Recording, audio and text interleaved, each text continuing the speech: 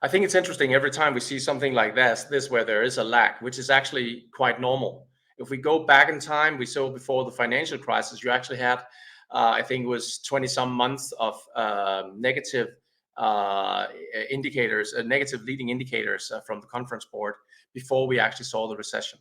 And that just shows something of the magnitude of the crisis that is coming. So what people think is that, oh, we didn't see it immediately. Hence, I mean, Titanic will stay afloat. Well, no, the Titanic has hit the iceberg. There's no chance, in my book, the way I look at things, that we will not have a recession.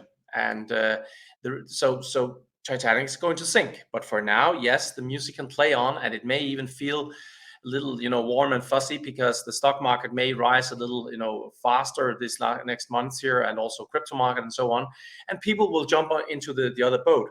And remember, when I was here a year ago, I was exactly saying the exact opposite, and the sentiment was the exact opposite. People were saying, "Hey, Henrik, maybe this time you're wrong because you'll see that the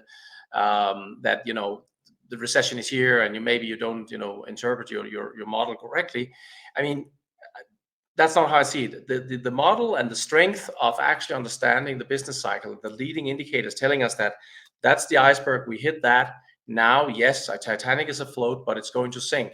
And also with the latest development in yields, market yields that we have seen, I'm not at least in doubt that no, anyway, in doubt, I should say that we will see a recession. There is a recession when we talk again next year at this time. There's no doubt about that.